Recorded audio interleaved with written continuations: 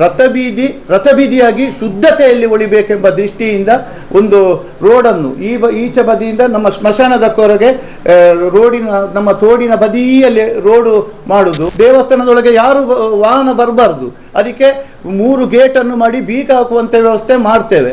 ಸಾರ್ವಜನಿಕ ರಸ್ತೆ ಅಂತ ಹೇಳಿ ಹೇಳಿದ್ದು ಯಾರು? ಸಾರ್ವಜನಿಕ ರಸ್ತೆ ಅಲ್ಲ, ಅದು ಮಹಾಲಿಂಗೇಶ್ವರ ದೇವಸ್ಥಾನದ ರಸ್ತೆ. ಇಲ್ಲಿ ಬೀರು ಬಾಟ್ಲಿ ಎಲ್ಲ ಕುಡಿದು ಬೀಸಾಕ್ತಾರೆ ಅಂತೇಳಿ ಅದಕ್ಕೆ ನಾವು ಕಂಪೌಂಡಿನ ವ್ಯವಸ್ಥೆಯನ್ನು ಮಾಡ್ತೇವೆ. ಭಕ್ತರ ಭಕ್ತರ ಗಮನಕ್ಕೆ 2 ಸಲ ತಂದಿದ್ದೇವೆ. ಇವರು ಬಾರದ ಇದ್ದಕ್ಕೆ ಯಾರು ಹೊಣೆ? ಭಕ್ತರ ಹತ್ರ ಹೇಳಿಯೇ ನಾವು ಮಾಡಿದ್ದು.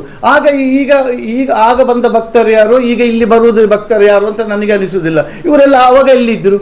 ಯಾರು ಅಲ್ಲಿ ದನ ಕದೀತಾರೆ, ರಸ್ತೆ ಇದು ನಮ್ಮ ಹೆಣ ತಕೊಂಡು ಹೋಗ್ಲಿಕ್ಕೆಲ್ಲ ಆಂಬುಲೆನ್ಸ್ ಎಲ್ಲ ಹೋಗಿ ಬಿಡಬಾರ್ದಂತ ಹೇಳ್ತಾರೆ. ಅವರೇ ಇವತ್ತು ಇದಕ್ಕೆ ವಿರೋಧ ವ್ಯಕ್ತಪಡಿಸ್ತಾರೆ. ಇದು ನನ್ನ ಅಂದಾಜು ಇದು ಇದರಲ್ಲಿ ಭೂಮಾಫಿಯಾ ಕೈವಾಡ ಇದೆ ಅಂತೇಳಿ ನನಗೆ ಅನಿಸ್ತದೆ. ಮತ್ತೆ ನೋಡಿ, ಟೆಂಡರ್ ಕರೀಲಿಲ್ಲ ಅಂತ ಹೇಳ್ತಾರೆ. ಟೆಂಡರ್ ಕರೀದಿದ್ದೇವೆ ನಾವು, ಟೆಂಡರ್ ಕರೆದೇ ಮಾಡುದು. ಕೆಲವು ಜನ ಮಾಹಿತಿ ಹಕ್ಕಲ್ಲಿ ಎಷ್ಟು ಜನ ವಿಷಯವನ್ನು ಕೇಳಿಕೊಂಡು ಹೋಗಿದ್ದಾರೆ, ಮಾಹಿತಿ ಹಕ್ಕಲ್ಲಿ ತೆಗಿತಾರೆ, ನಾವು ಕೊಡ್ತೇವೆ. ಅದು 3 ಎಕರೆ ಜಾಗ ಹೋಗ್ತದೆ ಅಂತ ಹೇಳಿದ್ರು. ಯಾರು 3 ಎಕರೆ ಜಾಗ ಹೋಗುದು? ಇವರು ಅಳತೆ ಮಾಡಿದ್ದಾರ? ಸರ್ವೆ ಮಾಡಿದ್ರು ವ್ಯವಸ್ಥಾಪನಾ ಸಮಿತಿ. ಈಗ 3-4 ಮಂದಿ ಇದು ಬಂದು ಏನೆಲ್ಲ ವಾಟ್ಸಪ್ ಅಲ್ಲಿ ಅದರಲ್ಲಿ ಇದಲ್ಲೇ ಹಾಕ್ತಾರೆ. ಅದಕ್ಕೆಲ್ಲ ನೀವು ಕಿವಿ ಹೊಡಬೇಡಿ. ಇದು ಮಹಾಲಿಂಗೇಶ್ವರ ದೇವಸ್ಥಾನದ ರಸ್ತೆ. ಇದನ್ನು ನಗರಸಭೆಗೆ ಬಿಟ್ಟು ಕೊಡುವ ಪ್ರಶ್ನೆಯೇ ಇಲ್ಲ. ಇದು ಮಹಾಲಿಂಗೇಶ್ವರ ದೇವಸ್ಥಾನ ರಸ್ತೆಯಾಗೇ ಉಳಿತದೆ. ಸಾರ್ವಜನಿಕ ರಸ್ತೆ ಅಂತ ಹೇಳಿದ್ದು ಯಾರು? ಅವರು ಹೇಳುದು. ನಾವು ಸಾರ್ವಜನಿಕ ರಸ್ತೆ ಅಂತ ಹೇಳಿ ಬರೆದು ಕೊಟ್ಟಿದ್ದೇವೆ. ದಾಖಲೆ ಕೊಡಿ ನೀವು. ಸುಮ್ಮನೆ ಅಲ್ಲಿ ಮೋರಿಯಲ್ಲಿ ಕೂತು ಸಾರ್ವಜನಿಕ ರಸ್ತೆ 3 ಎಕರೆ ಹೋಗ್ತದೆ, ತೋಡಿನ ಆ ಬದಿಯಲ್ಲಿ ಮಾಡಿ, ಅದೆಲ್ಲ ಹಿತಲ್ಲ ಸರ್. ಇಲ್ಲಿ ಬಂದು ಅದಕ್ಕೆ ದಾಖಲೆ ಕೊಡಿ.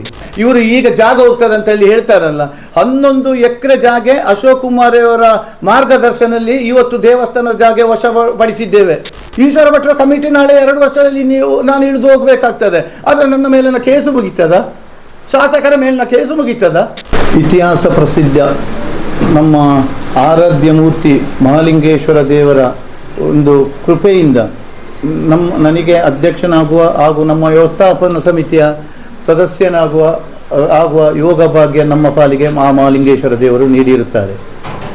ಇವತ್ತು 1.5 ವರ್ಷದಿಂದ ನಮ್ಮ ವ್ಯವಸ್ಥಾಪನಾ ಸಮಿತಿಯು ನಮ್ಮ ಜೀರ್ಣೋದ್ಧಾರ ಸಮಿತಿಯ ಅಧ್ಯಕ್ಷರು ಪುತ್ತೂರಿನ ಶಾಸಕರಾದ ಅಶೋಕ್ ಕುಮಾರ್ ಅವರ ಒಂದು ಮಾರ್ಗದರ್ಶನದಲ್ಲಿ ಎಲ್ಲ ಭಕ್ತಾದಿಗಳ ಸಹಕಾರದೊಂದಿಗೆ ಇವತ್ತು ವ್ಯವಸ್ಥಿತ ರೂಪದಲ್ಲಿ ದೇವಸ್ಥಾನದ ಜೀರ್ಣೋದ್ಧಾರ ಕೆಲಸಗಳನ್ನು ಮಾಡ್ತಾ ಇದ್ದೇವೆ.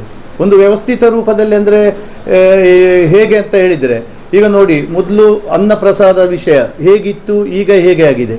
ಇನ್ನು ಪ್ರತಿಯೊಂದು ವಿಷಯದಲ್ಲಿ ನಮ್ಮ ಸಮಿತಿಗೆ ಇವತ್ತು ಲಕ್ಷಗಟ್ಟಲೆ ಕೋಟಿಗಟ್ಟಲೆ ಭಕ್ತಾದಿಗಳು ಆಶೀರ್ವಾದ ಇದ್ದಾರೆ, ಒಳ್ಳೆಯ ಸಹಕಾರವನ್ನು ಕೂಡ ನೀಡಿರುತ್ತಾರೆ.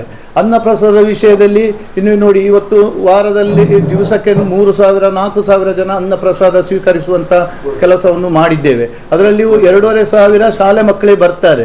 ಅದಕ್ಕೆ ಮೊದಲು ನಾವು ಕಟ್ಟಿಗೆ ಒಲೆ ಇತ್ತು, ಅದನ್ನು ತೆರವುಗೊಳಿಸಿ ನಂತರ ನಾವು ಸ್ಟೀಮಿನ ವ್ಯವಸ್ಥೆಯನ್ನು ಕೆನರಾ ಬ್ಯಾಂಕಿನವರ ವ್ಯವಸ್ಥೆಯಿಂದ ಅವರ ಸಹಕಾರದಿಂದ ಮಾಡಿದ್ದೇವೆ. ಹಾಗೆ ಗ್ಯಾಸಿಗೆ ರೇಟು ಜಾಸ್ತಿ ಆಯಿತು, ನಂತರ ಕಟ್ಟಿಗೆ ಒಲೆಯ ವ್ಯವಸ್ಥೆಯನ್ನು ಮಾಡಿದೆವು. ಪ್ರತಿಯೊಂದು ವ್ಯವಸ್ಥೆಯನ್ನು ಕೂಡ ಅನ್ನಪ್ರಸಾದ ವ್ಯವಸ್ಥೆ ಅಚ್ಚುಕಟ್ಟು ರೂಪದಲ್ಲಿ ನೀಡುವಂಥ ವ್ಯವಸ್ಥೆಯನ್ನು ನಮ್ಮ ಸಮಿತಿ ಮಾಡಿದೆ.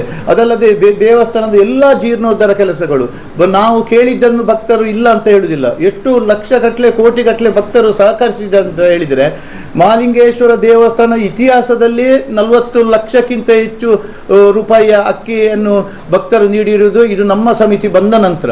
ಅದಲ್ಲದೆ ಎಷ್ಟೋ ಜನ ತುಪ್ಪ ಸೇವೆಯಾಗಿರ್ಬೋದು, ಎಳ್ಳೆಣ್ಣೆ ಅಭಿಷೇಕ ಇರಬಹುದು, ಇದನ್ನೆಲ್ಲ ಕಾರ್ಯಗತಗೊಳಿಸಿದ್ದು ನಮ್ಮ ವ್ಯವಸ್ಥಾಪನಾ ಸಮಿತಿ ಬಂದ ನಂತರ. ಇದನ್ನೆಲ್ಲ ಈಗ ಎಷ್ಟೋ ಭಕ್ತರ ಸಂಖ್ಯೆ ದೇವಸ್ಥಾನಕ್ಕೆ ಬರುವುದರಿಂದ ಜಾಸ್ತಿ ಆಗಿದೆ. ಎಷ್ಟೋ ಭಕ್ತರ ಇಷ್ಟಾರ್ಥ ಇವತ್ತು ನೆರವೇರಿದೆ ಅಂತೇಳಿ ನಿಮಗೆ ಈ ಮೊದಲು ಗೊತ್ತಿರಬಹುದು.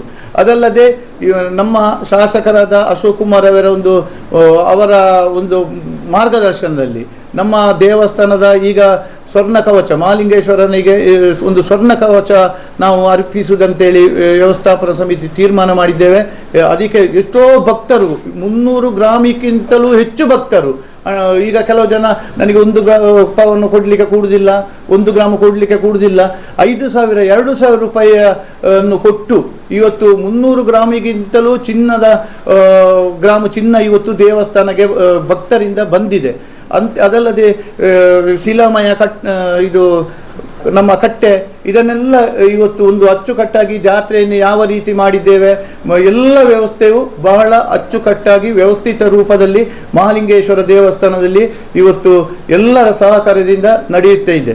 ಹೀಗಿರುವಾಗ ಈಗ ನಮ್ಮ ಈ ಹಿಂದೆ 1 ವರ್ಷದ ಹಿಂದೆ ನಮ್ಮ ಸಂರಕ್ಷಣಾ ಸಮಿತಿ ಅಂತ ಹೇಳ್ತಾರಲ್ಲ, ಆ ಸಮಿತಿಯವರು ಒಂದು ಮನವಿ ಮಾಡಿದರು ನಮಗೆ. ದೇವಸ್ಥಾನದ ರಥಬೀದಿಯಲ್ಲಿ ಎಲ್ಲ ದೇವಸ್ಥಾನದ ವಠಾರದಲ್ಲಿ ಗೋವುಗಳು ಕಳವಾಗ್ತದೆ ಅಂತೇಳಿ ಕೆಲವು ಕಡೆ ಇಚ್ಛಾನುಸಾರವಾಗಿ ಕೆಲವು ಜನ ಬಂದು ಕಸ ಹಾಕ್ತಾರೆ, ಮತ್ತು 10 ಗಂಟೆ 1 ಗಂಟೆ 2 ಗಂಟೆಗೆಲ್ಲ ವಾಹನದಲ್ಲಿ ಬರ್ತಾರೆ, ಮತ್ತು ಬಸ್ಸು ನಿಲ್ಲಿಸ್ತಾರೆ. ಅದಲ್ಲದೆ ರಥಬೀದಿಯಲ್ಲಿ ಹೆಣವನ್ನು ಆಂಬುಲೆನ್ಸ್ನಲ್ಲಿ ಸಾಗಿಸ್ತಾರೆ, ಮತ್ತು ನಮ್ಮ ಈ ಒಂದು ಕಡೆಯಿಂದ ಸೋಮವಾರ ಒನ್ ವೇ ಮಾಡ್ತಾರೆ. ಇದಕ್ಕೆಲ್ಲ ಕಡಿವಾಣ ಹಾಕಬೇಕು, ಇದಕ್ಕೆಲ್ಲ ಒಂದು ತಡೆಗೋಡೆ ಆಗಬೇಕಂತ ಹೇಳುವುದನ್ನು ಮನವಿ ಮಾಡಿದರು. ಇದಕ್ಕೆ ನಾನು ನಮ್ಮ ವ್ಯವಸ್ಥಾಪನಾ ಸಮಿತಿ, ನಮ್ಮ ಜೀರ್ಣೋದ್ಧಾರ ಸಮಿತಿ ಅಧ್ಯಕ್ಷರಾದ ಅಶೋಕ್ ಕುಮಾರ್ನಿಗೆ ಅವರ ಮನವಿಯನ್ನು ನಾವು ಹೇಳಿ ನಾವು ಸಭೆ ಕರೆಸಿ ಅದನ್ನು ಚರ್ಚಿಸಿ ನಾವೊಂದು ಹಂತಕ್ಕೆ ಅದರಿಂದ ಒಂದು ಕಾರ್ಯಗತಗೊಳಿಸಿದ್ದೇವೆ. ಏನಂದರೆ ಈಗ ರಥಬೀದಿಯಾಗಿ ಶುದ್ಧತೆಯಲ್ಲಿ ಉಳಿಬೇಕೆಂಬ ದೃಷ್ಟಿಯಿಂದ ಒಂದು ರೋಡನ್ನು ಈಚೆ ಬದಿಯಿಂದ ನಮ್ಮ ಸ್ಮಶಾನದ ಕೊರಗೆ ನಮ್ಮ ತೋಡಿನ ಬದಿಯಲ್ಲಿ ರೋಡು ಮಾಡುವುದು. ಮತ್ತೆಲ್ಲ ನೋಡಿ, ಮಹಾಲಿಂಗೇಶ್ವರ ದೇವಸ್ಥಾನಕ್ಕೆ ಇವತ್ತು 7-8 ಕಡೆಯಿಂದ ಇದು ಎಂಟ್ರೆನ್ಸ್ ಉಂಟು ನೋಡಿ. ನಮ್ಮ ಇಲ್ಲಿ ಸ್ಮಶಾನ ಸೈಡಿಂದ ಉಂಟು, ವೆಂಕಟರಮಣ ದೇವಸ್ಥಾನ ಸೈಡಿಂದ ಉಂಟು, ಈ ಪೋಸ್ಟ್ ಆಫೀಸಿನ ಕಡೆಯಿಂದ ಉಂಟು, ನಮ್ಮ ಕೊಂಬೆಟ್ಟಿನ ಕಡೆಯಿಂದ ಉಂಟು, ಮತ್ತು ನಮ್ಮ ಕೆರೆ ಬದಿಯಿಂದ ಕೂಡ ಉಂಟು. ಎಷ್ಟೋ ಬದಿಯಿಂದ ಈಗ ಎಲ್ಲ ಕಡೆಯಿಂದ ಜನಗಳು ಬರ್ತಾರೆ ಹೋಗ್ತಾರೆ. ಅದಕ್ಕೆ ಹೇಳುವರಿಲ್ಲ ಕೇಳುವರಿಲ್ಲ. ಎಲ್ಲದಕ್ಕೆ ಗೇಟ್ ಮಾಡಲಿಕ್ಕೆ ಆಗ್ತದ, ಎಲ್ಲದಕ್ಕೆ ಸಿಬ್ಬಂದಿ ವರ್ಗ ಮಾಡಲಿಕ್ಕೆ ಆಗ್ತದ. ಅದಕ್ಕೋಸ್ಕರ ನಮ್ಮ ಶಾಸಕರು ಮೊದಲು ಅಲ್ಲಿ ರಸ್ತೆ ಮಾಡುವ ಕೆಲಸಕ್ಕೆ ನಮ್ಮ ಕೈ ಹಾಕಿಕೊಂಡ್ರು. ಅದಕ್ಕೆ ಏನಾಗಬೇಕು, ಅದಕ್ಕೆ ಅಲ್ಲಿ ನೋಡಿ ತೋಡು ಬದಿಯೆಲ್ಲ ಜರ್ದಿದೆ. ಅದಕ್ಕೆ ತಡೆಗೋಡೆ ವ್ಯವಸ್ಥೆ 4 ಕೋಟಿ ರೂಪಾಯಿಯ ತಡೆಗೋಡೆ ವ್ಯವಸ್ಥೆಯನ್ನು ಶಾಸಕರ ಅನುದಾನದಲ್ಲಿ ಅವರು ತಂದಿರುತ್ತಾರೆ. ಈಗಾಗಲೇ ತಡೆಗೋಡೆ ಕೆಲಸ ಆರಂಭವಾಗಿದೆ. ಇದರಿಂದ ಅಲ್ಲಿ ರಸ್ತೆ ಮಾಡಲಿಕ್ಕೆ ಬಹಳ ಅನುಕೂಲವಾಯಿತು. ಅದು ದೇವಸ್ಥಾನದ ಜಾಗ ಅಲ್ಲ, ಅದರಲ್ಲಿ ಸುಮಾರು ಜಾಗ ಇದು ತೋಡಿನ ಜಾಗ ಬರ್ತದೆ. ತಡೆಗೋಡೆ ಆಗುವಾಗ ಅದು ನೋಡಿ, ನೀವು ಅಲ್ಲಿ ನೋಡಿ ಅದು ಅಗಲಾಗಿದೆ. ಹಾಗೆ ಆ ರಸ್ತೆ ಅಲ್ಲಿ ಆಗಿ ನಮ್ಮ ಸ್ಮಶಾನಕ್ಕೆ ಸೇರ್ತದೆ. ಅದಲ್ಲದೆ ಆ ರಸ್ತೆ ಬಂದ ನಂತರ ಅಲ್ಲಿ ಇದು ಬೇಲಿ ವ್ಯವಸ್ಥೆಯನ್ನು ಮಾಡ್ತೇವೆ. ಈ ತುದಿಯಿಂದ ರಸ್ತೆ ಎಂಡ್ ಆಗುವವರೆಗೆ ಅದಕ್ಕೆ ಕಂಪೌಂಡ್ ಮಾಡ್ತೇವೆ. ಕಂಪೌಂಡ್ ಮಾಡುವಾಗ ನಮಗೆ ಇಲ್ಲೆಲ್ಲ ಇದು ಏಕಕಾಲದಲ್ಲಿ ನಮಗೆ ರಥೋತ್ಸವ ನಡೀತದೆ, ಇಲ್ಲದ್ರೆ ಬೇರೆ ಕಾರ್ಯಕ್ರಮ ನಡೀತದೆ. ದೇವಸ್ಥಾನದೊಳಗೆ ಯಾರು ವಾಹನ ಬರಬಾರ್ದು. ಅದಕ್ಕೆ 3 ಗೇಟನ್ನು ಮಾಡಿ ಬೀಗ ಹಾಕುವಂಥ ವ್ಯವಸ್ಥೆ ಮಾಡ್ತೇವೆ. ಆ ಬೀಗ ವ್ಯವಸ್ಥೆ ನಮ್ಮ ದೇವಸ್ಥಾನದಲ್ಲಿ ಇರ್ತದೆ. ಅದು ಸಾರ್ವಜನಿಕ ರಸ್ತೆ ಅಂತೇಳಿ ಹೇಳಿದ್ದು ಯಾರು? ಸಾರ್ವಜನಿಕ ರಸ್ತೆ ಅಲ್ಲ, ಅದು ಮಹಾಲಿಂಗೇಶ್ವರ ದೇವಸ್ಥಾನದ ರಸ್ತೆ. ಸಾರ್ವಜನಿಕ ರಸ್ತೆ ಆಗಬೇಕಾದ್ರೆ ನಾವು ನಗರಸಭೆಗೆ ಬಿಟ್ಟು ಕೊಡಬೇಕು. ನಗರಸಭೆಗೆ ಬಿಟ್ಟು ಕೊಡುವಂಥ ಕೆಲಸವನ್ನು ನಾವು ಯಾವತ್ತೂ ಮಾಡುವುದಿಲ್ಲ. ಅದು ದೇವಸ್ಥಾನದ ರಸ್ತೆ ದೇವಸ್ಥಾನದಾಗಿಯೇ ಇರ್ತದೆ. ಅದಲ್ಲದೆ ಇದಕ್ಕೆ ಈಗ ಬೇರೆಯವರು ಹೇಳ್ತಾರೆ ಅದು ದೇವಸ್ಥಾನದ ಇದು ಯಾರು ಅದನ್ನು ನಮಗೆ ಇಲ್ಲಿ ಇದು ಕದೀತಾರೆ, ದನ ಕದೀತಾರೆ, ಮತ್ತು ಇದು ಕಸ ಹಾಕ್ತಾರೆ ಎಲ್ಲ ಹೇಳಿದ್ದು ಅವರೇ ಇವತ್ತು ರಸ್ತೆಗೆ ವಿರೋಧ ವ್ಯಕ್ತಪಡಿಸಿದ್ರು. ನಮಗೆ ಬಹಳ ಬೇಸರ ಆಗಿದೆ. ಯಾಕಂತ ಹೇಳಿದರೆ ನಮಗೆ ರಸ್ತೆ ಬೇಡುವ, ದೇವಸ್ಥಾನಕ್ಕೊಂದು ಭದ್ರತೆ ಬೇಡುವ? ನಮ್ಮ ದೇವಸ್ಥಾನಕ್ಕೆ ಭದ್ರತೆ ಎಲ್ಲಿಂಟು? ರಥಬೀದಿ ನಮಗೆ ಶುದ್ಧವಾಗಬೇಕು, ರಥಬೀದಿ ಒಳಿಬೇಕು. ನೋಡಿ, ದೇವಸ್ಥಾನದ ಎದುರಲ್ಲಿ ರಸ್ತೆ ಬರ್ತದೆ, ಎಷ್ಟು ವಾಹನ ಪೂಜೆಗೆ ತೊಂದರೆ ಆಗ್ತದೆ.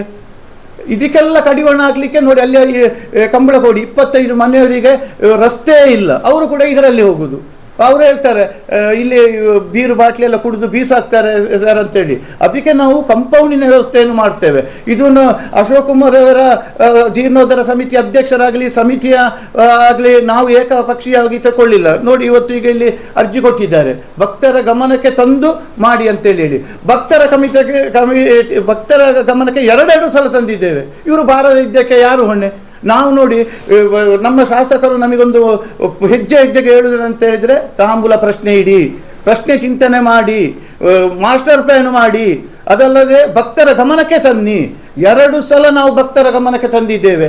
LED ಮಾಸ್ಟರ್ ಪ್ಲಾನ್ನ ರಸ್ತೆ ಅದು. ಮಾಸ್ಟರ್ ಪ್ಲಾನ್ನ ಏನು ಮಾಸ್ಟರ್ ಪ್ಲಾನ್ನ ಬಗ್ಗೆ LED ಟಿವಿಯನ್ನು ಅಳವಡಿಸಿ ಇಂಜಿನಿಯರ್ಗಳನ್ನು ಕರೆಸಿ ಎಲ್ಲ ಭಕ್ತರ ಸಮ್ಮುಖದಲ್ಲಿ ಅದನ್ನು ಹೇಗೆ, ಎಲ್ಲಿ ರೋಡು ಏನು ಎಲ್ಲ ಅದನ್ನು ವಿವರಿಸಿದ್ದೇವೆ. ಅದು ಎಲ್ಲ ಪೇಪರ್ನವರಿಗೆ ಗೊತ್ತುಂಟು, ಪತ್ರಿಕೆಯಲ್ಲಿ ಬಂದಿದ್ದೇವೆ. ಭಕ್ತರ ಸಭೆ ಕರೆದಿದ್ದಾರೆ. ಭಕ್ತರ ದುಡ್ಡಿನಿಂದಲ್ಲ ಇಲ್ಲೆಲ್ಲ ಕೆಲಸ ಕಾರ್ಯಾಗುವುದು. ಭಕ್ತರ ಹತ್ರ ಹೇಳಿದ್ರೆ ನಾವು ಮಾಡ್ತೇವೆ, ಭಕ್ತರ ಹತ್ರ ಹೇಳಿಯೇ ನಾವು ಮಾಡಿದ್ದು. ಆಗ ಬಂದ ಭಕ್ತರು ಯಾರು, ಈಗ ಇಲ್ಲಿ ಬರುವುದು ಭಕ್ತರು ಯಾರು ಅಂತ ನನಗೆ ಅನಿಸುವುದಿಲ್ಲ. ಇವರೆಲ್ಲ ಆವಾಗ ಎಲ್ಲಿದ್ದರು? ಈಗ ನೋಡಿ, ಶಾಸಕರು ತಡೆಗೋಡೆಗೆ 4 ಕೋಟಿ ತಂದಿದ್ದಾರೆ, 3 ಕೋಟಿ ರಸ್ತೆಗೆ ತಂದಿದ್ದಾರೆ. ಆ ರಸ್ತೆ ರೆಡಿ ಉಂಟು, ರಸ್ತೆಯ ಇದು ಸರ್ವೆ ಕೆಲಸ ಪೂರ್ಣಗೊಂಡಿದೆ. ಇದಾದ ನಂತರ, ಇದೆಲ್ಲ ಆದ ನಂತರ ಈಗ ರಸ್ತೆ ಮಾಡುವುದಕ್ಕೆ ವಿರೋಧ ಇದೆ ಅಂತ ಹೇಳಿದರೆ ಯಾರು ಅಲ್ಲಿ ದನ ಕದೀತಾರೆ, ರಸ್ತೆ ಇದು ನಮ್ಮ ಹೆಣ ತಕೊಂಡು ಹೋಗ್ಲಿಕ್ಕೆಲ್ಲ ಆಂಬುಲೆನ್ಸ್ ಎಲ್ಲ ಹೋಗಿ ಬಿಡಬಾರ್ದಂತ ಹೇಳ್ತಾರೆ. ಅವರೇ ಇವತ್ತು ಇದಕ್ಕೆ ವಿರೋಧ ವ್ಯಕ್ತಪಡಿಸ್ತಾರೆ. 4:15 ಗಂಟೆಗೆ ಸಭೆಯನ್ನು ಕೂಡ ಕರೆದಿದ್ದಾರೆ. ಇದು ನಮಗೆ ಬಹಳ ಬೇಸರ ಆಗಿದೆ. ಇದು ನನ್ನ ಅಂದಾಜು ಇದು ಇದರಲ್ಲಿ ಭೂಮಾಫಿಯಾ ಕೈವಾಡ ಇದೆ ಅಂತೇಳಿ ನನಗೆ ಅನಿಸ್ತದೆ. ಯಾಕಂತ ಹೇಳಿದರೆ ಭಕ್ತರಾದರೆ ಅವರು ಮೊನ್ನೆ ಬರಬೇಡುವ, ಇದಕ್ಕೆ ಅಬ್ಜೆಕ್ಷನ್ ಹಾಕಬೇಡುವ? ಯಾರಾದರೂ ಒಂದು ಲೆಟರ್ ಕೊಟ್ಟಿದ್ದಾರೆ, ನಮ್ಮದು ರಸ್ತೆದು ಅಬ್ಜೆಕ್ಷನ್ ಯಾಕೆ? ಅಲ್ಲಿ ಇಂಜಿನಿಯರ್ ಬರುವಾಗ LED ತೋರಿಸಿ ಶಾಸಕರ ಮಧ್ಯಸ್ಥಿಕೆಯಲ್ಲಿ ಎಲ್ಲರೂ ಜೀರ್ಣೋದ್ಧಾರ ಸಮಿತಿ, ವ್ಯವಸ್ಥಾಪನಾ ಸಮಿತಿ ಸದಸ್ಯರಿದ್ದು ಮಾಡುವಾಗ ಇವರು ಯಾಕೆ ಬರಲಿಲ್ಲ? ಹೇಳಬೇಕಿತ್ತಲ್ಲ. ನಾವು ಎಂತ ಮನೆಯಲ್ಲಿ ಕೂದು ಮಾಡಿದ್ದ? ಬಹಿರಂಗವಾಗಿ ಸಾರ್ವಜನಿಕವಾಗಿ ಮೀಟಿಂಗ್ ಕರೆದು ಮಾಡಿದ್ದಲ್ವಾ? ಯಾಕೆ ಇಷ್ಟು ಅಭಿವೃದ್ಧಿ ಮಾಡುವಾಗ ಇವರಿಗೆ ಹೊಟ್ಟೆ ಕಿಚ್ಚು? ಇಷ್ಟು ವ್ಯವಸ್ಥಿತ ರೂಪದಲ್ಲಿ ಇವತ್ತು ಜನಸಂಖ್ಯೆ ಜಾಸ್ತಿ ಆಗಿದೆ, ದೇವಸ್ಥಾನಕ್ಕೆ ಬರುವುದು ಎಲ್ಲ ವ್ಯವಸ್ಥಿತ ರೂಪದಲ್ಲಿ. ಇವತ್ತು ಮಹಾಲಿಂಗೇಶ್ವರ ದೇವಸ್ಥಾನ ಇಡೀ ರಾಜ್ಯವೇ ತಿರುಗಿ ನೋಡುವಂಥ ಕೆಲಸ ಕಾರ್ಯ ಆಗಿದೆ.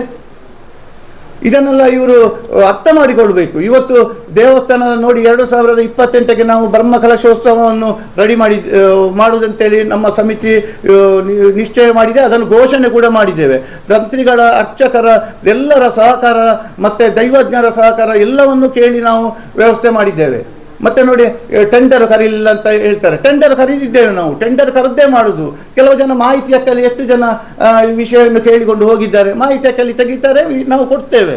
ಪ್ರತಿಯೊಂದಕ್ಕೂ ನಾವು ಲೆಕ್ಕಪತ್ರಗಳನ್ನು ಇಟ್ಟುಕೊಂಡಿದ್ದೇವೆ. ಮಾಹಿತಿ ಹಕ್ಕಲ್ಲಿ ಬೇಕಾದರೆ ಯಾರಾದರೂ ತೆಗೆದಿದ್ದಾರೆ ಕೆಲವು ಜನ. ಅದಕ್ಕೆ ಮಾಹಿತಿ ಹಕ್ಕಲ್ಲಿ ನಾವು ಉತ್ತರ ಕೊಟ್ಟಿದ್ದೇವೆ. ಇದು ಯಾರಿಗೆ ಯಾವಾಗ ಏನು ಎಲ್ಲ ಲೆಕ್ಕಾಚಾರ ಉಂಟು.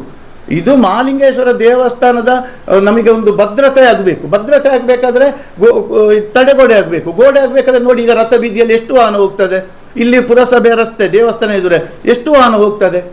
ಇದಕ್ಕೆಲ್ಲ ಕಡಿವಾಣ ಆಗಬೇಕಾದ್ರೆ ಪರ್ಯಾಯ ರಸ್ತೆ ಕೊಡಬೇಡುವ ನಾವು? ಅದು 3 ಎಕರೆ ಜಾಗ ಹೋಗ್ತದೆ ಅಂತ ಹೇಳಿದ್ರು.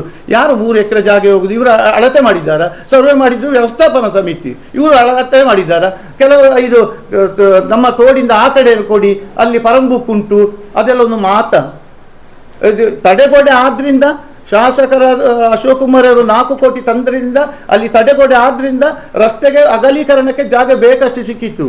ಅದು ದೇವಸ್ಥಾನ ಜಾಗ ಮಾತ್ರ ಅಲ್ಲ, ಕೆಲವು ಜನ ಅಲ್ಲಿ ಪರ್ಚೇಸ್ ಮಾಡಿದ್ದೇವೆ. ಅಲ್ಲಿ ನೋಡಿ, ಆ ಮೂಲೆಯಲ್ಲಿ ನೀರು ಸಮಲ್ತದೆ, ಎಲ್ಲ ಮನೆಗಳು ಮುಳುಗುತ್ತವೆ. ಅದಕ್ಕೆ ತಡೆಗೋಡೆ ಮಾಡಿದ್ದು ತಪ್ಪ? ಇದೆಲ್ಲ ಈ ಜೀರ್ಣೋದ್ಧಾರ ಕೆಲಸ ಆಗುವಾಗ ಯಾಕೆ ಈಗ ಉಪದ್ರ ಕೊಡುವುದು? ಇದೆಲ್ಲ ಒಳ್ಳೆಯದಲ್ಲ. ಇದನ್ನೆಲ್ಲ ನಾವು ಒಂದು ವ್ಯವಸ್ಥಿತ ರೂಪದಲ್ಲಿ ಕೆಲಸ ಕಾರ್ಯವನ್ನು ಇವತ್ತು ನಮ್ಮ ಸಮಿತಿಯು ಮಾಡ್ತಿದೆ. ಎಲ್ಲ ಭಕ್ತಾದಿಗಳ ಎಲ್ಲರೂ ಸಹಕರಿಸಿದ್ದಾರೆ, ಇನ್ನೂ ಕೂಡ ಸಹಕರಿಸಬೇಕು. ಲಕ್ಷಾಂತರ ಮಂದಿ ಇವತ್ತು ಮಹಾಲಿಂಗೇಶ್ವರ ದೇವರ ಭಕ್ತರಿದ್ದಾರೆ. ಹಾಗೆ ನಾವು ಈ ಹಂತ ಹಂತವಾಗಿ ಜೀರ್ಣೋದ್ಧಾರ ಕೆಲಸಗಳನ್ನು ಮಾಡ್ತಾ ಇದ್ದೇವೆ. ಎಲ್ಲ ಭಕ್ತಾದಿಗಳು ಸಹಕರಿಸಬೇಕು. ಈಗ 3-4 ಮಂದಿ ಇದು ಬಂದು ಏನೆಲ್ಲ ವಾಟ್ಸಪ್ಪಲ್ಲಿ ಅದರಲ್ಲಿ ಇದಲ್ಲೇ ಹಾಕ್ತಾರೆ. ಅದಕ್ಕೆಲ್ಲ ನೀವು ಕಿವಿಗೆ ಓಡಬೇಡಿ. ದೇವಸ್ಥಾನದ ಕೆಲಸ ಹೇಗೆ ಆಗ್ತದೆ ಅಂತೇಳಿ ನಿಮಗೆಲ್ಲರಿಗೂ ಗೊತ್ತುಂಟು. ನೀವು ಈ ಜೀರ್ಣೋದ್ಧಾರ ಕೆಲಸಗಳಲ್ಲಿ ಕೈ ಜೋಡಿಸಬೇಕು ಈ ಹಿಂದಿನಂತೆ. ಹಾಗೆ ನಾವು ಒಂದು ರಾಜ್ಯವೇ ದೇಶವೇ ಮೆಚ್ಚುವಂಥ ಒಂದು ಬ್ರಹ್ಮಕಲಶೋತ್ಸವ ಕಾರ್ಯಕ್ರಮವನ್ನು ಈ ಮಹಾಲಿಂಗೇಶ್ವರ ದೇವಸ್ಥಾನದಲ್ಲಿ ನಿಮ್ಮೆಲ್ಲರ ಸಹಕಾರದಿಂದ ಮಾಡಲಿದ್ದೇವೆ. ಎಲ್ಲರೂ ಕೂಡ ಸಹಕರಿಸಬೇಕು. ಯಾರು ಈ ಸಮಾಜದಲ್ಲಿ ಯಾರಾದರೂ ಅಪಪ್ರಚಾರ ಮಾಡಿದರೆ ಅದಕ್ಕೆಲ್ಲ ಕಿವಿ ಕೊಡುವಂಥ ಕೆಲಸವನ್ನು ಮಾಡಬೇಡಿ. ನೇರವಾಗಿ ನಮ್ಮ ಸಮಿತಿಯವರ ಹತ್ರ ಹೇಳಿ ಅದಕ್ಕೆ ಸ್ಪಂದಿಸುವಂಥ ಕೆಲಸವನ್ನು ಮಾಡ್ತೇವೆ. ಪ್ರತಿಯೊಂದು ಕೂಡ ಭಕ್ತರ ಗಮನಕ್ಕೆ ತಂದೆ ನಾವು ಮಾಡುವುದು, ದೈವಜ್ಞರ ಸಲಹೆಯನ್ನೇ ಮಾಡುವುದು, ಮಾಸ್ಟರ್ ಪ್ಲಾನ್ನ ಪ್ರಕಾರವೇ ಮಾಡುವುದು ಅಂತೇಳಿ ಹೇಳಲು ಇಚ್ಛಿಸುತ್ತೇನೆ. ನೋಡಿ ಸರ್, ಮಹಾಲಿಂಗೇಶ್ವರ ದೇವರ ಭಕ್ತರಂತ ಆದರೆ ಅವರು ಇದು ಅಲ್ಲಿ ಸಭೆಗೆ ಬರಬೇಡುವ? ನಾವು ಬಹಿರಂಗವಾಗಿ ಸಭೆ ಕರೀಲಿಲ್ವ? ಆ ಸಭೆ ಕರೆಯುವಾಗ ಬಂದು ಸರ್ ಅದು ಅಲ್ಲಿ ರೋಡ್ ಬೇಡ, ನಾವು ಮಾಸ್ಟರ್ ಪ್ಲ್ಯಾನ್ ಮಾಡಿ ಅಲ್ಲಿ ಅಷ್ಟು ದೊಡ್ಡ ಖರ್ಚು ಮಾಡಿ LED ಹಾಕಿ ಇದು ಬೆಂಗಳೂರಿಂದ ಇಂಜಿನಿಯರನ್ನೆಲ್ಲ ಕರೆಸಿ ಅವರಿಗೆ ಮಾಹಿತಿ ಕೊಡಲಿಲ್ವಾ? ಮಾಹಿತಿ ಕೊಡುವಾಗ ಅವರು ಕೇಳಬೇಡುವ ಇದರ ಬಗ್ಗೆ? ಈಗ ರಥ ಬೀದಿ ಬಂದಾಗೋದು ಬೇಡುವ? ರಥ ಬೀದಿಯಲ್ಲಿ ಹೆಣ ತಕೊಂಡು ಹೋದ್ರೆ ಒಳ್ಳೇದಾ? ಅಲ್ಲಿ ಬಸ್ಸು ನಿಲ್ಲಿಸಿದ್ರೆ ಒಳ್ಳೇದಾ? ಕೆಲವು ಜನ ಬೀರು ಬಾಟ್ಲೆಲ್ಲ ರಾತ್ರಿ ಬಂದು ಬೀಸಾಕ್ತಾರಂತೆ, ಅದೆಲ್ಲ ಒಳ್ಳೇದಾ? ಇದರ ಬಗ್ಗೆ ಅವರಿಗೆಲ್ಲ ಕೇಳಬಹುದಿತ್ತಲ್ಲ.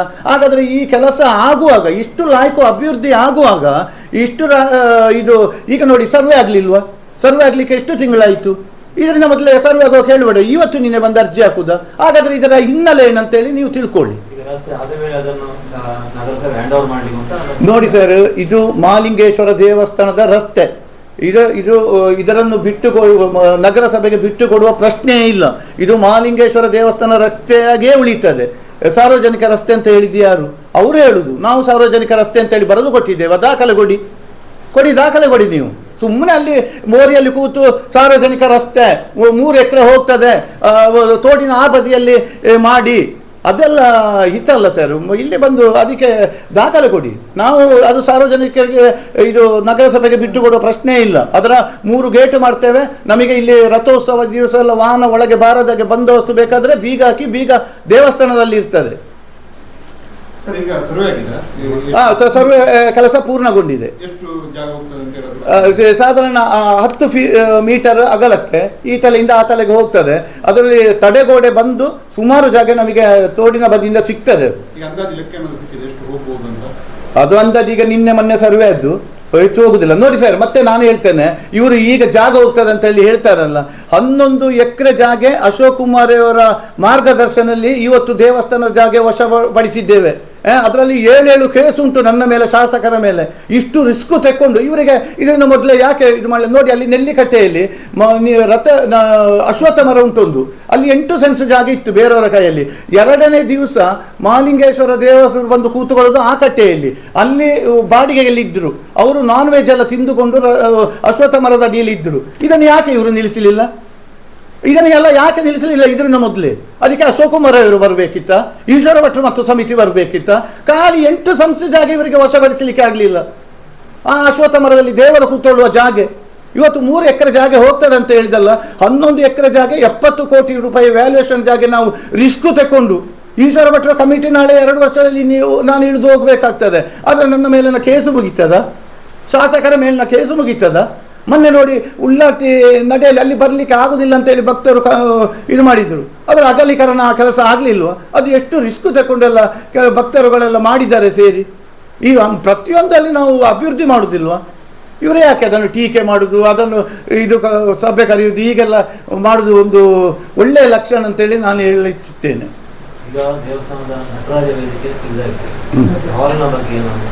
ನೋಡಿ ಸರ್, ಈಗ ನಟರಾಜ ವೇದಿಕೆಯನ್ನು ಅಲ್ಲಿ ಬದಿಯಲ್ಲಿ ರೋಡ್ ಬರುವಂಥ ಕೆಲಸ ಆಗಿದೆ. ನಂತರ ಈ ಸಭಾಭವನವನ್ನು ಇವತ್ತು ನಾಳೆ ತೆಗೆಯುವುದಿಲ್ಲ. ಸಭಾಭವನ ಆಗಬೇಕಾದ್ರೆ ಸಭಾಭವನಲ್ಲಿ ಈಗ ಆಟಿ ಕಳೆದಾಗಿ 15 ತಾರೀಕಿನ ನಂತರ ಶಿಲಾನ್ಯಾಸ ಆ ಕಾರ್ಯಕ್ರಮ ಆಗ್ತದೆ. ಅದರಲ್ಲಿ ಈಗ ಟೆಂಡರ್ ಕರೆಯುವಂಥ ಕೆಲಸ ಶೀಘ್ರದಲ್ಲೇ ಆಗ್ತದೆ. ನಂತರ ನಾವು 15 ಕೋಟಿ ರೂಪಾಯಿ ವೆಚ್ಚದಲ್ಲಿ ಸಭಾಭವನವನ್ನು ಮಾಡ್ತೇವೆ. ನಂತರ ಅದನ್ನು ತೆಗೆಸುವಂಥ ಕೆಲಸವನ್ನು ಮಾಡ್ತೇವೆ. ಅಲ್ಲಿ ಮೊನ್ನೆ ದೈವಜ್ಞರು ಇದು ಅಲ್ಲಿ ಭತ್ತ ಬೆಳೆಸಬೇಕಂತ ಹೇಳಿದರು. ಅಲ್ಲಿ ಅದು ತೋಡಿನ ಬದಿಯಲ್ಲಿ ಅಲ್ಲಿ ರೋಡ್ ಬರುವುದು, ಆ ಜಾಗೆಯಲ್ಲಿ ಭತ್ತ ಮಾಡಿಯೇ ಮಾಡ್ತೇವೆ. ಮಹಾಲಿಂಗೇಶ್ವರ ದೇವಸ್ಥಾನದ ಆ ಬಿಲ್ಡಿಂಗನ್ನು ತೆರವುಗೊಳಿಸಿ ಅಲ್ಲಿ ಭತ್ತ ದೈವಜ್ಞರು ತಿಳಿಸಿಯಂತೆ ಭತ್ತವನ್ನು ಮಾಡುವ ಕೆಲಸ ಮಾಡ್ತೇವೆ. ಅದನ್ನೇ ದೇವರಿಗೆ ಸಮರ್ಪಿಸುವಂಥ ಕೆಲಸ ಮುಂದಿನ ದಿವಸಗಳಲ್ಲಿ ಮಾಡಿಯೇ ಮಾಡ್ತೇವೆ. ಅದಕ್ಕೆಲ್ಲ ಟೀಕೆ ಮಾಡಬಾರ್ದು. ಭತ್ತ ಮಾಡಲಿಕ್ಕೆ ಜಾಗ ಎಲ್ಲುಂಟು ಅದು ಉಂಟಲ್ಲ, ಮತ್ತೆ ನೋಡಿ ಮಾಡ್ತೇವೆ, ನಾವು ಮಾಡಿ ತೋರಿಸ್ತೇವೆ. ನಮಗೊಂದು ಅವಕಾಶ ಕೊಡಿ, ಸ್ವಲ್ಪ ತಾಳ್ಮೆ ತಗೊಳ್ಳಿ, ಟೀಕೆ ಮಾಡೋದೆಲ್ಲ ನಿಲ್ಲಿಸಿ.